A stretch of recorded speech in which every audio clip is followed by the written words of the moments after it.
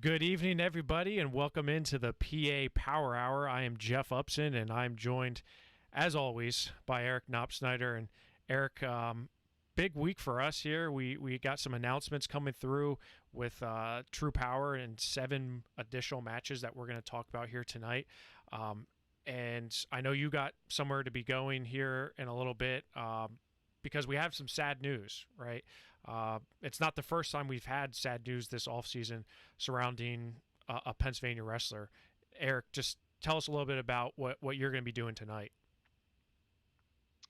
Tonight is going to be a lantern release service in memory of Kai Burkett, Chestnut Ridge wrestler. He was a senior this year, 2-time state medalist, tragically lost his life last week in a car accident. It sounds like he was swerving to miss some debris in the road and, just kind of lost control. So really sad situation there. I know that it's been really difficult for the Chestnut Ridge community, but they really strong bond on that team, as you've seen in the past. They really fight for one another, and I know this has been difficult for them. But I've spoken with Aaron Burkett, who you remember was a state finalist, a couple-time place winner, wrestled for Lehigh, and his outlook on the whole thing's been amazing. And he's told me, that the wrestling community, it's just, across with guys that Kai wrestled, guys that Kai practiced with, everybody comes together. And that's there are no positives that come out of an accident like this, but those are the one thing that you can take away is how the wrestling community supports each other in times of trouble like this. And we had, unfortunately, a similar thing happen a couple of weeks ago with Louis Carbajal, a former Spring Ford wrestler who was a state medalist this past year, and he also lost his life after a car accident. So a couple tough weeks of in the wrestling world in Pennsylvania. Yeah, I mean, I know when I first heard about Kai, it's just like, that the name is such a staple in Chestnut Ridge family, right? And Dom Deputy was always talking about Kai and always talking about just the family in general. And, that team specifically, it just seems like the community there, it is a small knit type of community, and it just seems, it hits that much harder. I don't know. Obviously, you losing a young life is never easy, but it's definitely hit a lot of people there. And, it's funny you mentioned about Louis. When I was sending out the state medalist shirts, he was so pumped to get his, because he really just came onto his own his senior year. He had a good junior year, but he was never really, really never in contention to really be somebody you said would get it on the medal stand. And I remember he took a picture of himself wearing the PA Power medalist shirt and sent it to me on Instagram. It was just like, hey man, thanks for the shirt. Really looking forward to rocking this in college. And it's just like, from all accounts, and I didn't, really know Louis, but from all accounts, it's just, super stand-up guy, nice kid. Joe Youngblood talked a lot about him, how nice he was. So, I don't know, man. It's tough. It makes you fortunate, for things that are going on in your life, because you see how fragile life really is, Eric. And I hope tonight that I'm sure there's probably gonna be a good turnout tonight for that. Yeah, I know. I saw a tweet earlier today. Yesterday was the memorial service for Kai, or the viewing, and then today was the funeral. And I know that the Chestnut Ridge Little Lions tweeted that they saw at least 7 schools represented there at the viewing yesterday. That wrestlers came out from all over, and fans, and just people who might normally be rivals with Chestnut Ridge and trying to knock them off during the season. But something like this happens, you realize that, hey, we're all in this together. It's crazy how much of a community wrestling really is. I'm wearing the Keaton Strong shirt. This is when yeah. That was, I remember when you wrote about that, and all of a sudden it just blew up. And every school in that area, Myersdale, Chestnut Ridge, Berlin, all those schools made shirts for Keaton and to raise money. And So not only is the wrestling community strong in general, but I feel like in your area specifically, it's probably even stronger just because there are, small knit communities there. Yeah, I mean, it's hard for me to judge, what it's like in other areas, but yeah, definitely in this area, there the wrestling community is small. They're all double A schools, small roster sizes for the most part. But man, it is so powerful, and the people who are in it are so passionate about it, and you know. Any no matter what newspaper it's in, no matter who wrote it, whatever, they're consuming it and just love their wrestling, and it's nice to see how they all come together for one another.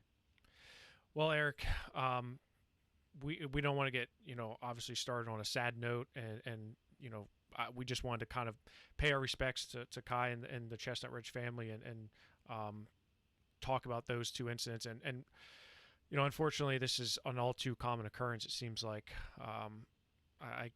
we can name multiple wrestlers in the past Hmm. 5-10 years that have lost their life way too early, whether that's to illness or accident. So there is some optimism coming into this week. We had the Nittany Lion Wrestling Club announce, and I had been hearing rumors about a potential event that Cale Sanderson wanted to put on. Um, I didn't know it was going to be to the extent that they were going to start their own Rockfin channel and really Yeah, how try to. awesome is I mean, that? it's awesome. I mean, it's great for us. It's great for our. It's really great for our consumers, our customers, our fans that love PA Power Wrestling and all the things that we offer. But just more is now going to be there because it's not like, oh, it's Bo Nickel or it's Chenzo or Jason Nolf. This is the Nittany Lion Wrestling Club, so I think you're going to see a ton of technique out of that. I think you're going to see a lot of things just around Penn State in general, and I think that's awesome for everybody involved. I think it's going to be great. It's just more content that our fans can consume, but specifically, and we won't go into too much detail about the event itself because we have to spend majority of our time tonight on our True Power matches, but the event is going to be live on Rockfin September 19th, and it features primarily Penn State wrestlers, Nittany Lion Wrestling Club guys with a variety of guys from all across the country. Some Michigan folks, Darian Cruz, and some Lehigh guys. Jordan Wood is there as well. So it's kind of a nice mix of really good matches, though. You know, Yeah, awesome matchups. Dariner and Nichols, obviously the Yeah. headliner, that's going to get a lot of people to tune into that. So that is just phenomenal news for everybody. I mean, wrestling in general is just dying for some action, and it's just a month before True Power. So I'm super excited about Eric. What were your thoughts when you heard that and you saw the matches? Oh, it was phenomenal. I was kind of in the dark about it, so you're better in the loop. You got the ties there with Rockfin and kind of what's going on with there, and when I saw it, I was like, wow, these are some really awesome matchups, and really excited that it's on Rockfin. So anybody that has PA Power access, getting the rankings and all the stuff that we do, you can watch that on Rockfin. Nittany Lion Wrestling Club, obviously a major player in terms of the freestyle scene, and it's awesome to have them on Rockfin and matches like this, where, as you said, we've been starved for big time matches, and man, they're coming out with a pile of them on September 19th. Yeah, it's a really healthy mix of some high level guys that still have some eligibility left, and some guys that are recently graduated from college programs. So it's really going to be an exciting event, I think. And we'll get you more details as we get them, and we will talk in depth about the event. I'm sure in the coming shows. We got to focus on True Power a little bit tonight. But before we get into the matchups, Eric, the PIAA, Governor Wolf, kind of, he kind of was like, all right, the whole Carlisle car show thing, I may have maybe kind of a mulligan on that. Uh, and Wolf's allowing 250 fans in outdoor sports. That's that's pretty big. What would you say, Eric? Yeah, I mean, it's definitely a start. I still, for the life of me, don't understand why we say, okay, the football stadium at a 6A school is the same as the football stadium at a single A school. That you can, both of you can only have 250. I mean, 250 people at Beaver Stadium is not the same as 250 people at Clairton Stadium. It's completely different. So I'd like to see where we can say, hey, let's get a percentage, and figure this out.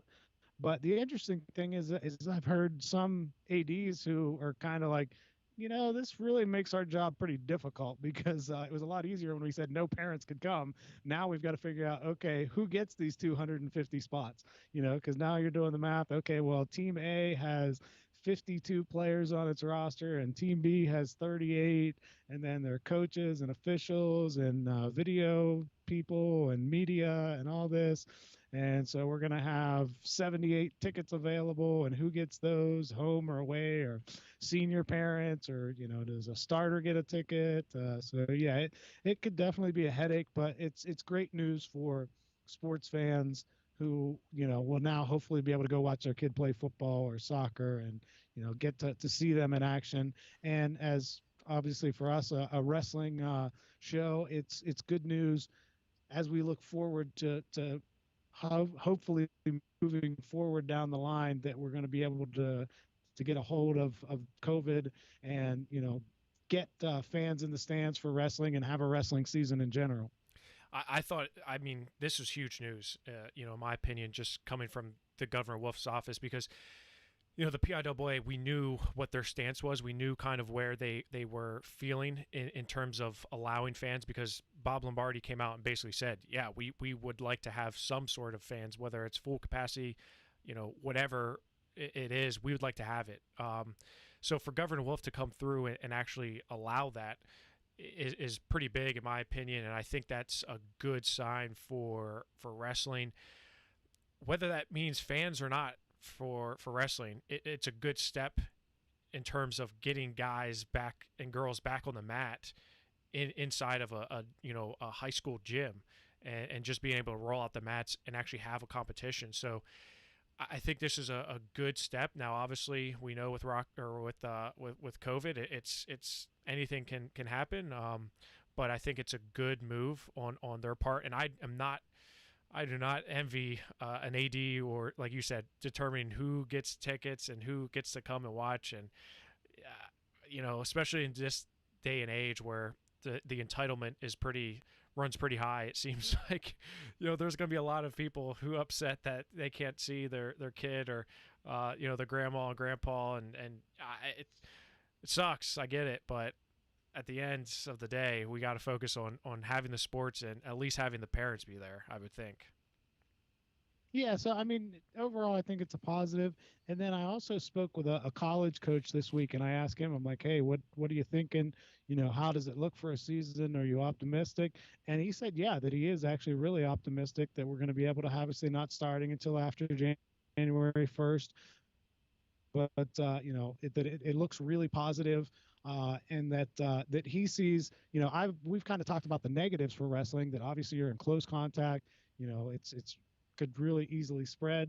But he said, hey, look, you've only got a handful of competitors. It's not like football where you've got 22 guys out there on the field at the same time, and 50 to 75 that play in a game on different sides and all that. And said, these are small groups that we're working with.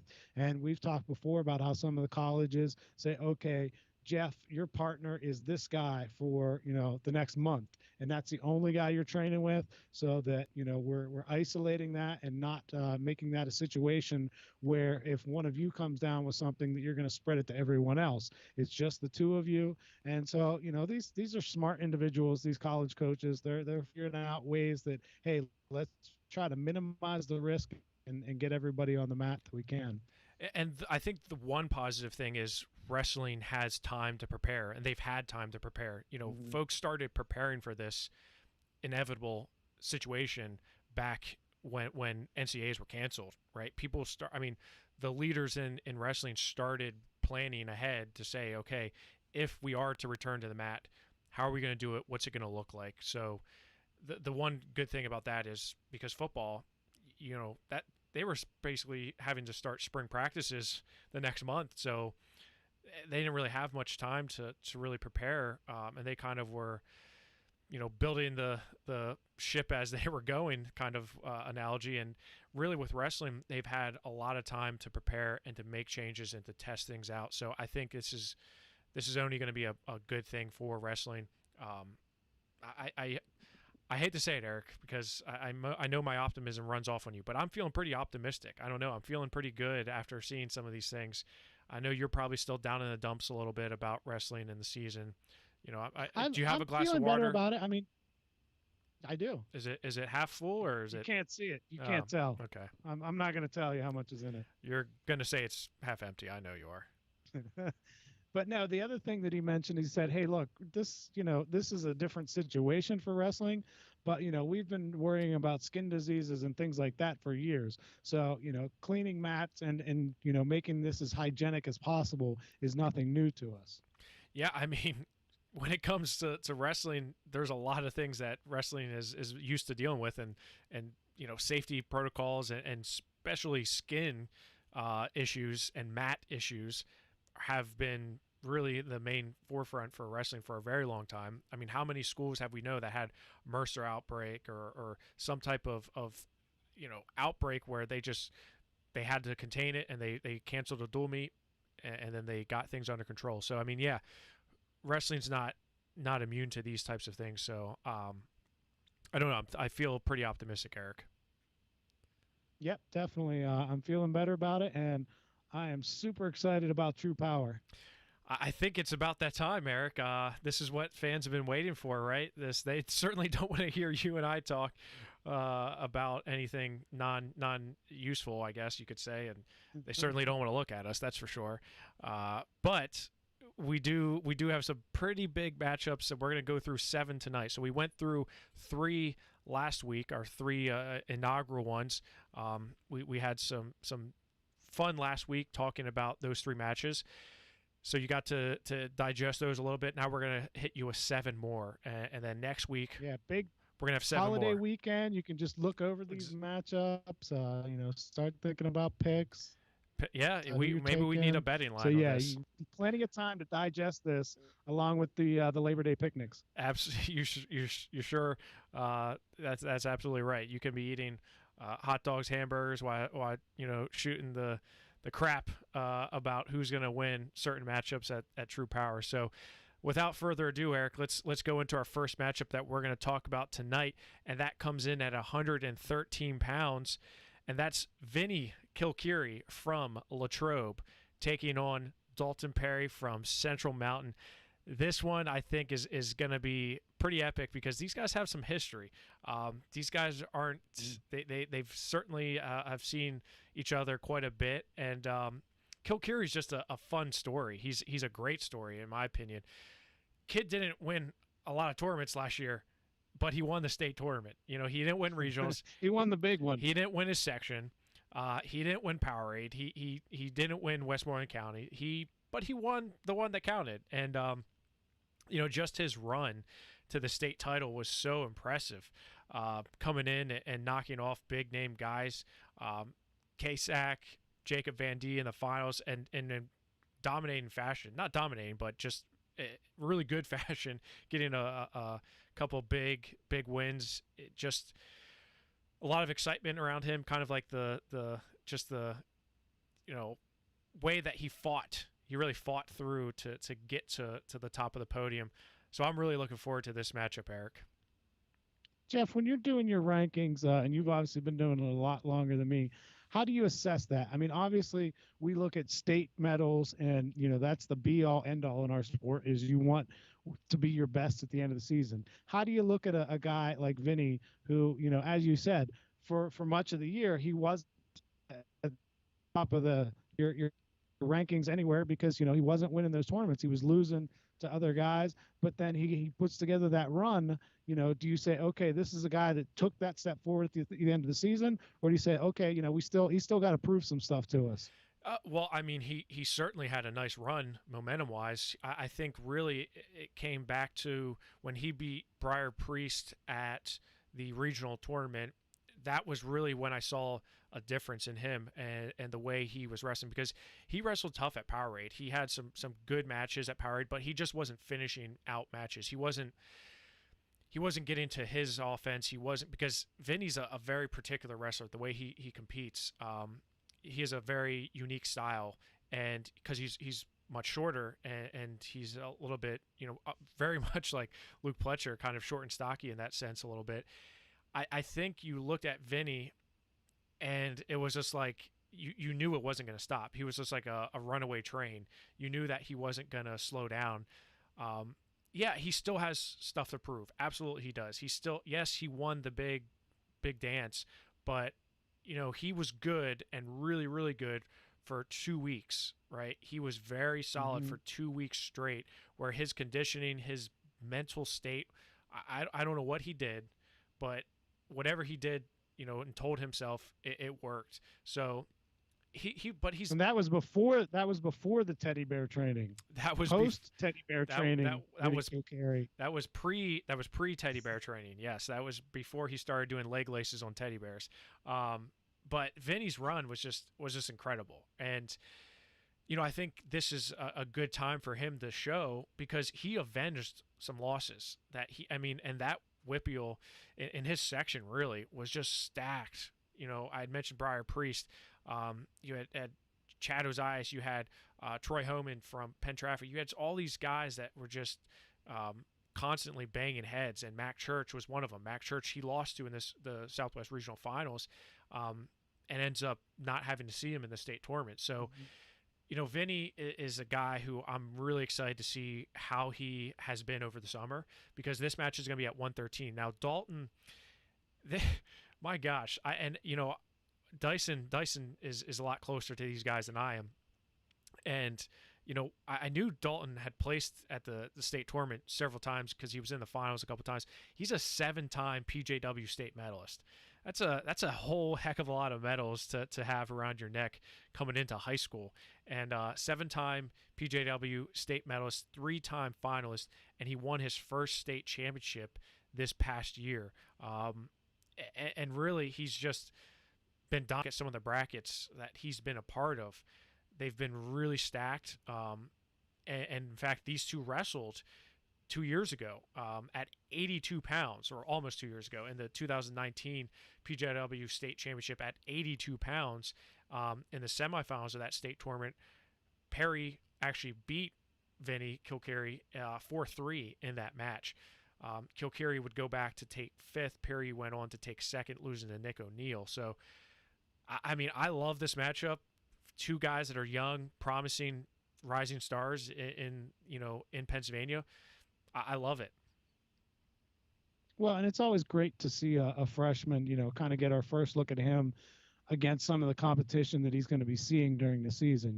We've kind of seen some stuff out of the PJWs, and as you said, he has wrestled Vinny before, but this is going to be a fun one to see, because I know you're always looking at the freshmen and, okay, who's going to be the top guys that we're looking at as the top incoming freshmen, and obviously Dalton is going to be one of those guys high at the top, but this will really give us a good idea of where he stands in that pecking order.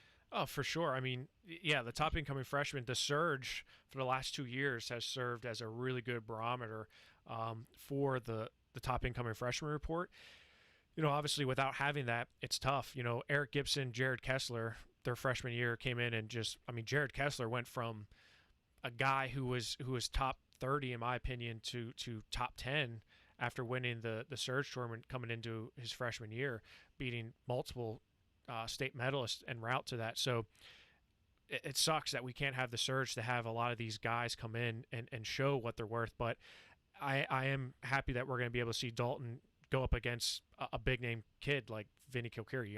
You take down a state champion in October, you're probably going to be pretty high up on the top incoming freshman report. So certainly looking forward to this matchup. It's going to be a lot of fun here at 113 pounds, Eric. But we have another one. fact, we have a couple more that we're going to talk about here tonight, Eric. And the next one that we're going to talk about is at 122 pounds. This one is going to feature a guy we just mentioned a little bit ago from Waynesburg, and that's Mac Church. Mac Church versus Aiden Lewis. So we got a District 3 representative from Cedar Cliff. Aiden Lewis was a state runner-up last year, made it to the state finals, lost to Ethan Burnett from Hempfield in the state finals. Really good performance by Aiden. Mac Church, on the other hand, had that, he came in as a guy who was gunning for a state title. Very high, and we talked about the top incoming freshman. He was high up on that top incoming freshman report. Church, he really did it all last year, right? He won the Powerade. In fact, he won the Powerade in dominating fashion when he did win it. He was just amazing to start the season. He was a runner-up at Ironman. Very good performance at Ironman. Was fifth at the Beast of the East. Again, Powerade champion. Won the Southwest Regional. Beat Vinnie Kilkiri. Pinned him, actually. But he lost in ultimate tiebreaker to a Central Dauphin kid. I have to say I was tough to watch that match because I obviously have a little bias towards Central Dauphin. But Matt Repos beat him in the quarterfinals, and it was on a and that was probably caution. that was probably the most controversial match, or one of the top most controversial matches of the entire PIAA tournament last year. Unfortunately, we had a few.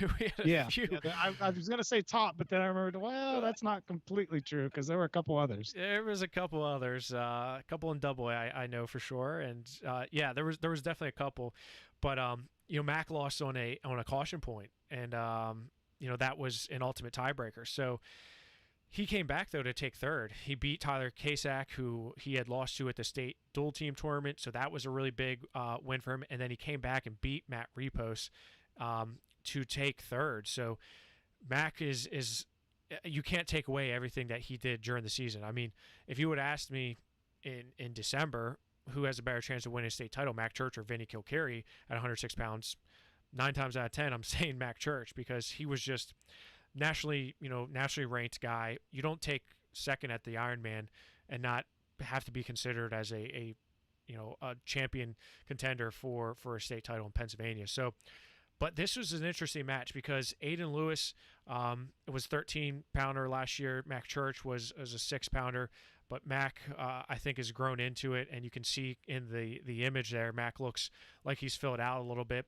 Aiden Lewis is going to Bucknell. Now, he's a 2-time state medalist. He's made it to the state tournament all 3 times, was 4th as a sophomore, runner-up as a junior.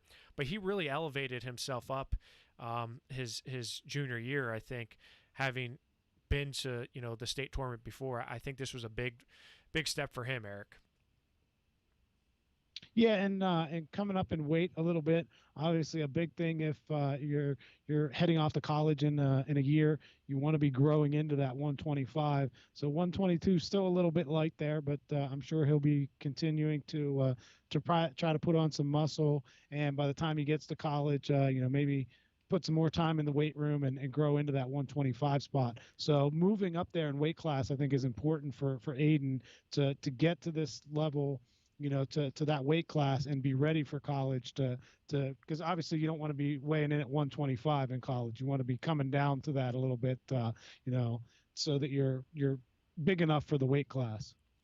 You know what's interesting when I'm researching this matchup is they both had really tough regionals. Aiden Lewis didn't win his region. He was in a bracket with Mason Leapart from Dover and also Ben Mon from Cumber Valley. If you remember that match, Ethan Burnick upset Ben Mon.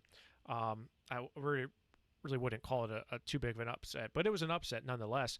And Aiden Lewis was 3rd at that weight. So both those guys were just banging heads with some really high-end talent throughout their postseason, which makes it even more exciting to see these guys. I think their styles match up really well. I think they're both going to be fun to watch on their feet, and I'm excited to see this one roll out, Eric. Yeah, it should definitely be a good one. Got so many good matches on this card, and moving over to the girls side, we've got a couple girls matches on there, going freestyle there, and one of the top girls in PA, not just now, but I think probably in PA history, wouldn't you say? In Montana DeLauder, she's got 67 wins against boys. I mean, I I don't know of any other girl that has that many. Do you? I can't. I mean, definitely not in recent memory, which I don't think any. No, I almost 99.9% positive that she has the most wins of any girl in Pennsylvania wrestling history. 67 wins and 43 losses against boys. I mean, it's Yeah, that incredible. just doesn't happen. It really doesn't. It really doesn't happen. The thing she was been able to do against boys is it doesn't stop there. The thing she's been able to do against girls is just incredible as well. Two-time my house PA girls state champion and a Fargo national champion, which was the biggest. That's what really put her name, etched her name in Pennsylvania wrestling history, is because you don't, especially unfortunately Pennsylvania girls, we've done well on the boys side of things, but really in the girls we're playing catch up to states like California, Texas, Washington, Hawaii. So it's nice to see these girls going out and having success. But Montana, she's incredible. I mean, she's probably one of the best girls ever to come out of Pennsylvania. Would you agree, Eric? Yeah, I think so. And she's a leader for girls in Pennsylvania. She's somebody that these girls can look up to, and this is one of the people that we can point to and say, hey, this is why we need PIAA to recognize girls wrestling, so that we can have more Montana Delauders that are going out and winning Fargo titles and getting to college teams and contending for national titles there. So this is awesome. I think Montana Delauder is a great representative of Pennsylvania wrestling, and she's going to have a good matchup here with, I believe it's Alana. I apologize if it's Elena. I'm not sure. Alana or Elena Barbario, who is from Hatboro Horsham. Yeah, I mean, it's definitely a tough when you look at these matchups. It's tough to try to pick and choose the matchups with the girls, because we don't see them nearly as much, right? We don't necessarily get to see them a whole lot and have some common opponents. So this one was a good one because she took fourth in the state last year, but a deeper weight class, I would say. Montana just kind of dominated her way through. And a lot of the girls that placed in the state tournament last year, the girls' state tournament, a lot of them were seniors. So it's tough to really get the ones that are coming in to whether they're juniors or seniors this year. And Montana will be a senior this year. Man, I would love to see her get 100 wins. Could you imagine that, her getting 100 wins, Eric? That would just be, that would be incredible. that would be amazing, right? And that's again, that's for me, that we look at that and say, hey, PIAA, you've got a girl winning 100 against the boys, but we really need to give them their own competition so that we get girls of this level, and they have role models to look at and say, hey, we want to do this without having to wrestle against boys. We want to be able to compete against our own peers and go out there and show what we can do. Yeah, I agree. And Montana has just been, like you said, a pioneer of girls wrestling in Pennsylvania, wrestling for Gettysburg. The whole Gettysburg program down there with Coach Haynes has really grown the women's movement, the girls' movement in Pennsylvania. So we are very fortunate to have two high-quality girls' matches to go down at True Power. Eric, let's go on to the next matchup that we're going to be talking about, and that is another big one. And why I say that is because we got a guy who not only is a well-known, in wrestling, he's also kind of famous, right? He's a guy. He's won awards. He's already done so much, and that's Jude Swisher. He'll be taking on Kyle Hauserman from Council Rock North. This is at 132 pounds. Jude Swisher was fourth in fact, both of these wrestlers were fourth in the state last year. Kyle Hauserman was fourth at 120. Jude was fourth at 126 pounds. Kyle is going to be a senior. Jude is going to be a junior. I love this matchup because neither one of them are afraid of competition. Jude loves to battle, and so does Kyle. Kyle won the Powerade last year at 120 pounds. Really looked good. Had a good season. Won the regional tournament. twice in his career, but he wasn't able to get to the finals where I know he probably wanted to be. And you look at where he's going to UPenn, so clearly he's pretty bright too. Jude, on the other hand, is one of the best juniors in the state right now, having been fourth in the state last year. Trains out of the M2 Training Center. I'm really excited for this one. He's not only good at podcasting with the home mat advantage, Jude Swisher is, but he can also scrap. This one should be a good one, Eric. Yeah, as you said, Jude, great kid. We've talked to him before. It's funny. I actually, his dad and I wrestled in a couple tournaments. His dad was from Maryland, but close enough to the border where I grew up that we were in some of the same tournaments. I think he was a weight class heavier than me or something. But so I got to catch up with him last year at the regional finals where Jude was wrestling and won a title. And I know Jude was really disappointed last year that his state tournament didn't go better than it did. And this year was able to go out and get that state medal, and we'll look to continue to build on that performance. And as you said, Kyle Hauserman, really a known commodity, headed to UPenn. So great wrestler, great student athlete, and should be a really entertaining match here, I think. Yeah, Jude took major steps. He was at State College and then he went to Bellefonte, and he was a qualifier his freshman year. But he really took jumps up into his sophomore year. I was very impressed with the way he was, and he didn't cut any weight. He loved to wrestle and not really cut much weight because he probably could have been a 20-pounder without really much of an issue, but he was able to wrestle at 126 without any problem. I'm excited for this one just because, like I said, both these guys like to scrap. It's going to be a good match, Eric. I'm looking forward to this one at 132 pounds. Should we go on to our next one, Eric? Yeah, 138. How about this one? 138 is going to be awesome. Yeah, so 138 is a lot of fun. A teammate of Jude's, not a Bellefonte teammate, but a M2 Training Center teammate of him, and a guy who we know has been around for quite a while, versus a guy who recently just committed to a major Division I college, and that's Finn Solomon. And let's get that graphic up there now. Levi Haynes from Biglerville, a two-time state runner-up. He's been in the finals twice. He's going to be taking on Finn Solomon of Franklin Regional, a guy who's not immune to the state finals either. He was a state finals 2 years ago as a freshman. Levi Haynes, on the other hand, was banged up in the beginning of the year this past season, wrestled down at 120, was out of the lineup for a little bit. Comes back, wrestles at 126 pounds, loses to Ryan Crookram twice, loses to him in the regional finals, and then loses to him in the state finals. But en route to that finals, he beat returning state champion Jackson Arrington in the semifinals at 126 pounds. Finn, on the other hand, a different trajectory because he was a state finalist as a freshman at 113 pounds against Alejandro Herrera. However, as a sophomore, he didn't make it to the state tournament. And this is kind of wild how it happened. He beat Curtis Phipps in the section finals. Okay, Curtis Phipps would go on to win a state title. Lost to him, got pinned by him in the regional tournament. After that match, he drops down, loses to Zach Wright from Hampton, and does not qualify for state. So you have a returning state runner-up not making it to the state tournament. So he's itching for some competition, Eric. Yeah, I'm betting that he has been just chomping at the bit, ready to get back out there.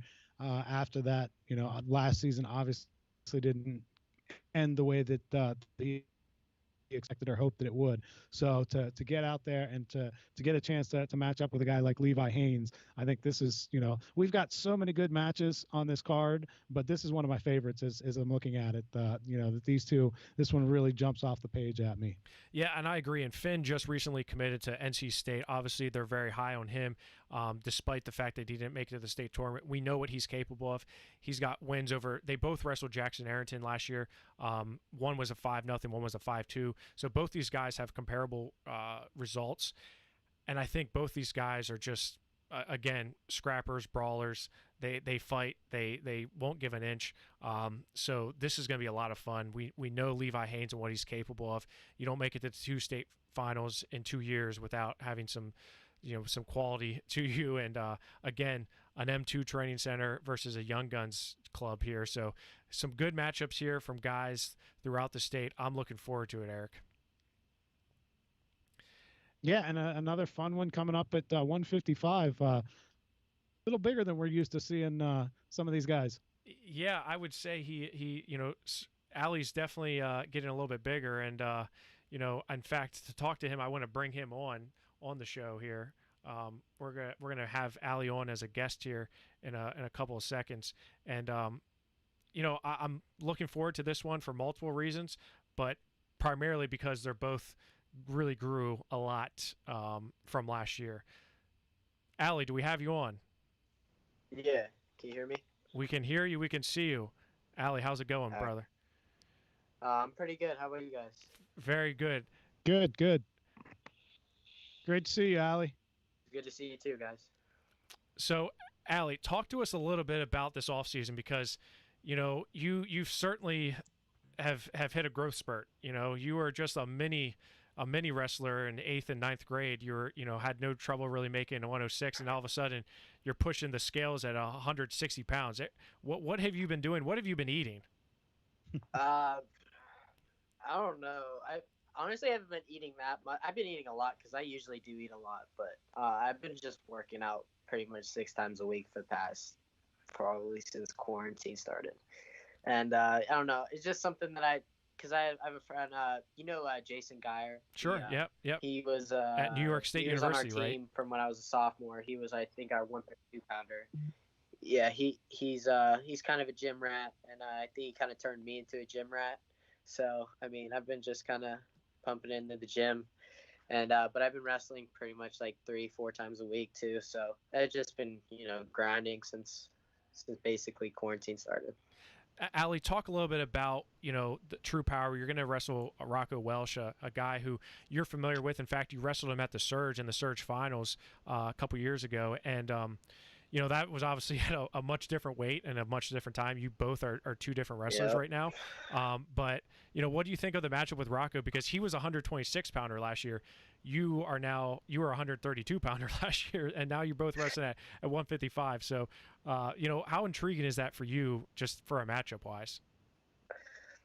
I think it's interesting. I think it turns some heads. It just brings people apart. Like people look at it, it's like, oh wow, they're wrestling 155 pounds. Like these guys get fat or something. Probably, maybe a little bit, but not as much.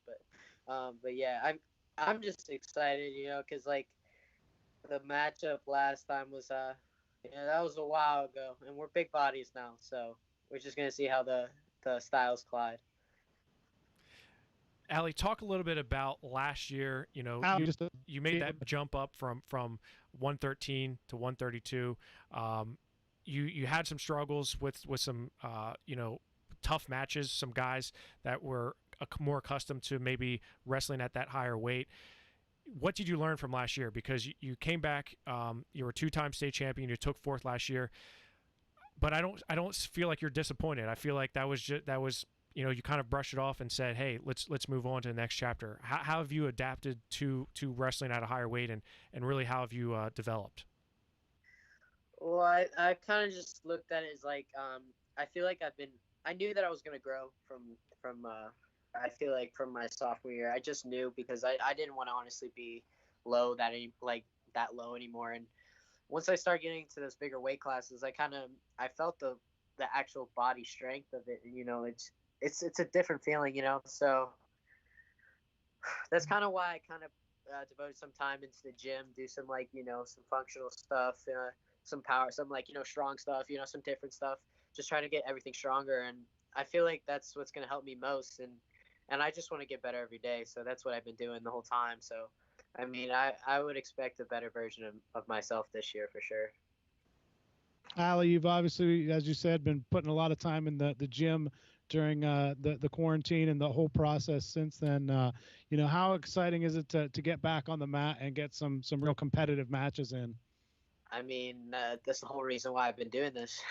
I mean, I want to wrestle some of the toughest guys in the country. Just trying to show that I'm still here.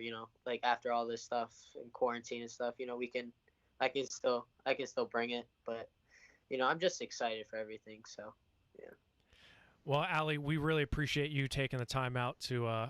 You probably took a break from working out. Really, you're probably in the gym, right? I worked out today. I know you. I'm sure you did, right? I appreciate you coming on and talking a little bit about what you've been up to and really talking about True Power and the matchup with Rocco Welsh. We look forward to seeing you in person and actually getting to see you compete. It's going to be a ton of fun. We're happy you're a part of it. So and we again appreciate you taking the time out tonight. Okay. Thank you so much. Appreciate it. All right, see you, Allie. See you, See Allie. you guys. See ya. And Eric, I didn't have the graphic up, but I gotta put that up there because Rocco Welsh is holding the surge hammer that he won. Yeah, I know. I like that. That's pretty... bonus points to Rocco for getting the surge hammer. Ali could have held 2 surge hammers up because he's a 2-time surge champion. And as we mentioned before, Rocco and Ali actually wrestled in the finals of Surge 2 years ago. This was actually at the very first Surge tournament in 2018. It was at 113 pounds, and Rocco Welsh was an 8th grader. Ali was just coming off a state title, and he beat Rocco 9-0 in that match. I don't think it's going to be a 9-0 match either way this time. I think these guys are much different wrestlers. I think this is going to be a whole heck of a lot of fun because Ali's just great, and Rocco just he's a brawler. He just loves to fight and scrap, and we've seen it last year. He was a freshman last year, made it to the state finals, losing to Curtis Phipps, but this one's gonna be a good one, Eric. Yeah, and as we've talked a lot about the jump and weight for both guys, and it's interesting to see how that weight affects them, how they perform at that level. It's different whenever you put on 30 pounds in an off season. You're gonna have different things that work for you that maybe, or things that didn't work or did work for you before maybe won't work as well now. Up in weight, facing stronger guys, things like that. So it's going to be really interesting to see how that plays out and how their styles may have changed with the jump in weight.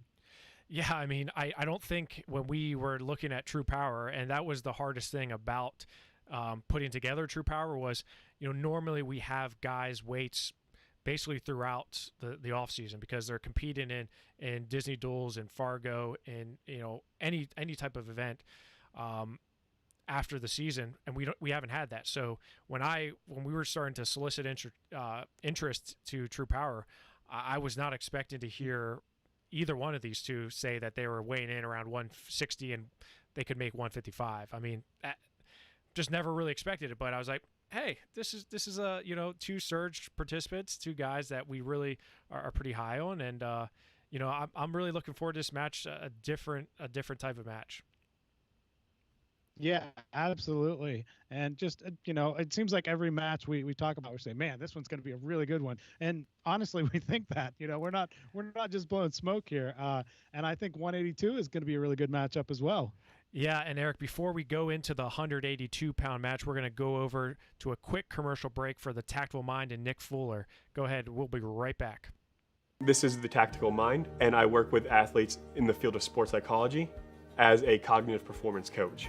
Within 5 minutes of talking to a parent, they make the connection right away that this would be great for my kid to have when they're in college, when they're just going through the ups and downs of high school. Who wouldn't benefit from having more self-awareness? Who wouldn't benefit from having the ability to self-regulate our emotions and our counterproductive thoughts?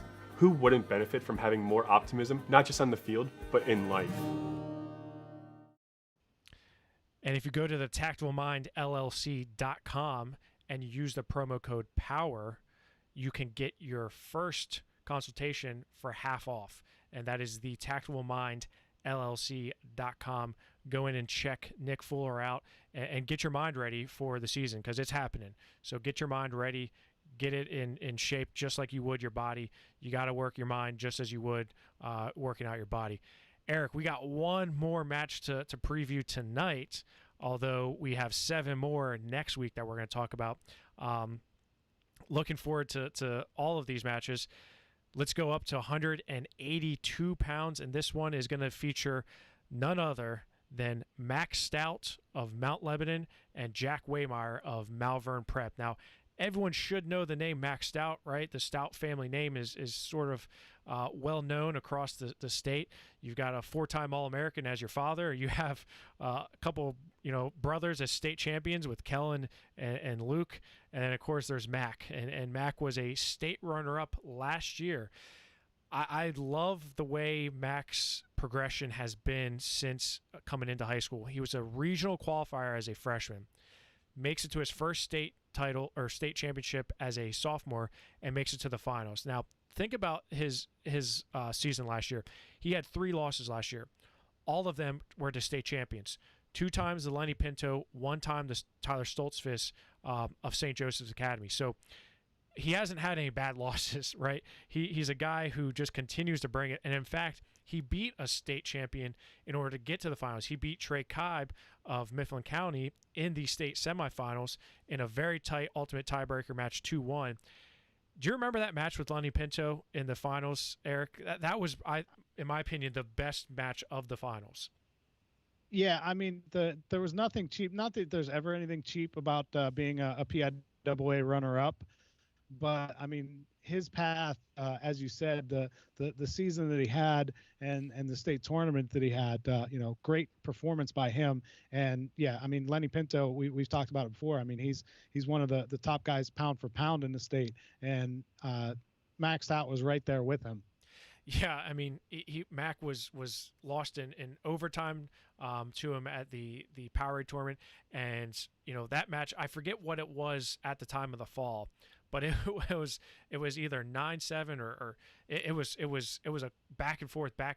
They each had each other on the backs, and it was just a crazy intense match. And you look at how deep that bracket was. I mean, you had Trey Kibe, you had Lenny, you had Mac, you had Tyler Reinhardt from Gettysburg. You had Angel Garcia. You had so many tough kids there that it was known as probably the deepest weight class in the state tournament. So, no shame in finishing second to that bracket. Jack Weymire, on the other hand, a little different of a story because he didn't win a whole lot last year. Well, look at Malvern Prep's schedule, and it's you can see why.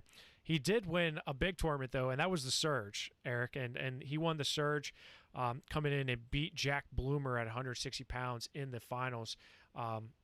Jack is a guy who placed 6th at the Ironman. He was 5th at the Escape to Rock, and he was 6th at National Preps. That was an improvement of 8th at National Preps the year prior. So he hasn't had that breakout, standout performance quite yet, I don't think. You look at a teammate like Dalton Harkins last year who really burst onto the scene as a senior, knocking off some high-level guys, even though he's always been in the conversation. Jack, I think, really elevated his game when he won the Surge, put his name at least on our map, and then really started competing at high levels for Malvern Prep. Look at the tournaments they went to: Beast of the East, Ironman, Powerade, National Press, Escape the Rock. I mean, holy heck, that's a whole lot of tough guys. You're not going to be intimidated. You're not going to be intimidated by a big match whenever you're going to competitions like that and getting on the podium there. I mean, it's not like he's going there and going 0-2. I mean, he's getting the best competition in the country on a regular basis. And, as you said, we've seen this out of the Malvern Prep guys, that they've just been phenomenal and really taken those big jumps forward. So it'll be interesting to see how Weymire, who was really, really good last year, what are we going to see out of him this season? Yeah, and it's interesting because both the guys are coming up a little bit in weight, as you mentioned.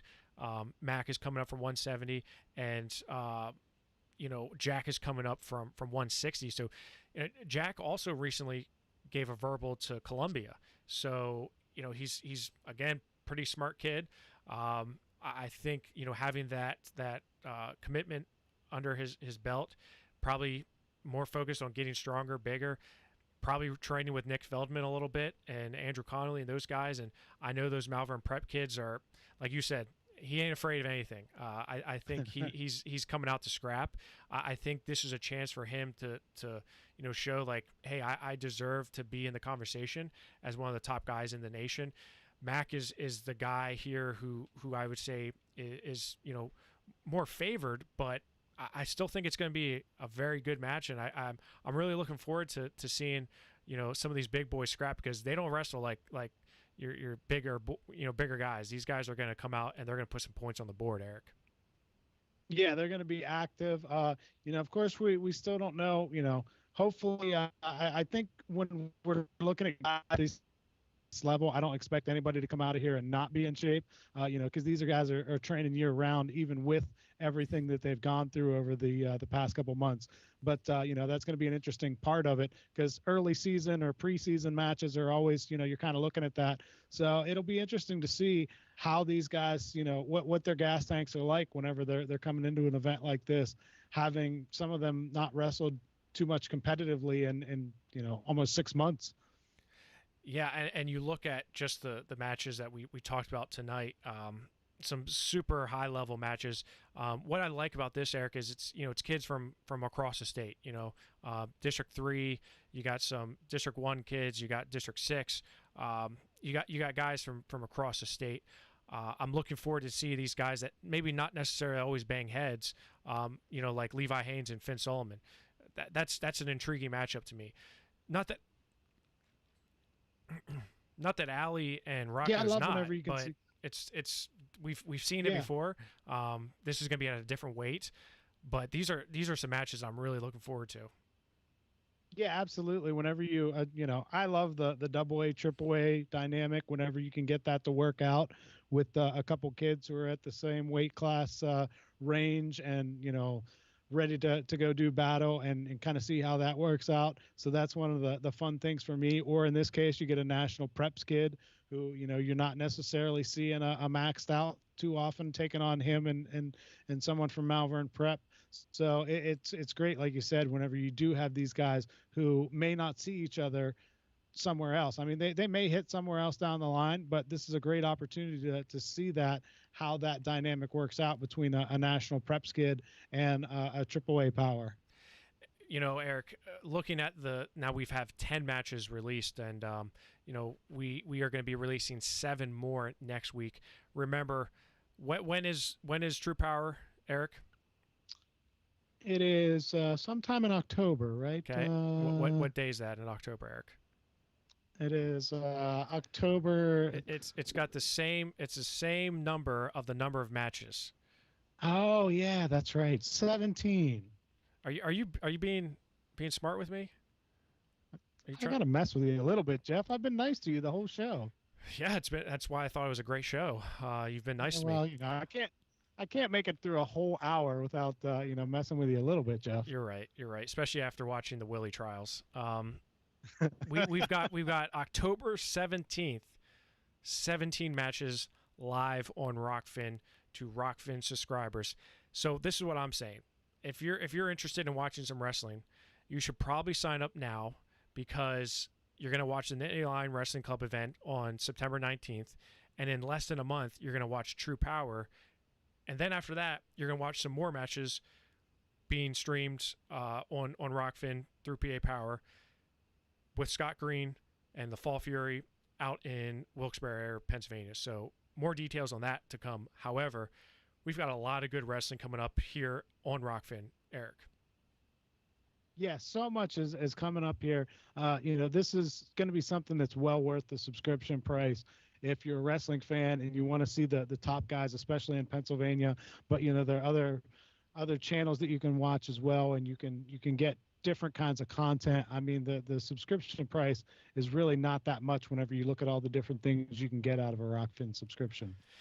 So before we go, we got a 1 minute on the clock here, Eric. Did you watch the Willie trials? Did you see Karen from I tried to. I watched definitely parts of them. I couldn't see the whole thing, but man, it was like a Saturday Night Live skit at times. Like you couldn't make up some of the stuff that you were seeing. And I know you got to run, but I got to say, my wife, who gives zero about wrestling, in fact, doesn't really like wrestling just because it takes me away from her and really has no interest in wrestling whatsoever. Watched the entire hearing with me, whatever day that was last week or this week. Literally was intrigued the entire time. She was like the whole dynamics. She was just like, oh man, this lawyer should have done this, and it was just crazy. Like she was into it. I'm like, Yeah, my wife was the same way. She's crazy. like, we got to get it on the big screen next time and invite Right. people over to watch it. Like, I might take vacation to watch the Willie Flow trial. My wife is big into like reality television, and that was kind of like reality TV, and it was just incredible how it was portrayed. And oh, man, Willie Saylor is he's the man. That's all I gotta say. Him and Keep Martin. fighting the good fight, Willie. Absolutely. I don't want to get sued, so I'm not gonna say anything else. But we're fighting for you, and man, we can't wait to get back to some good wrestling. Eric, we appreciate your time here tonight. As always, tune into PAPowerWrestling.com. Check us out on Rockfin, Facebook, Twitter, Instagram, you name it, we've got it. And until next week, 7 more matches, Eric. 7 more matches next week. Can't wait. All right, Eric. Have a good night. See ya.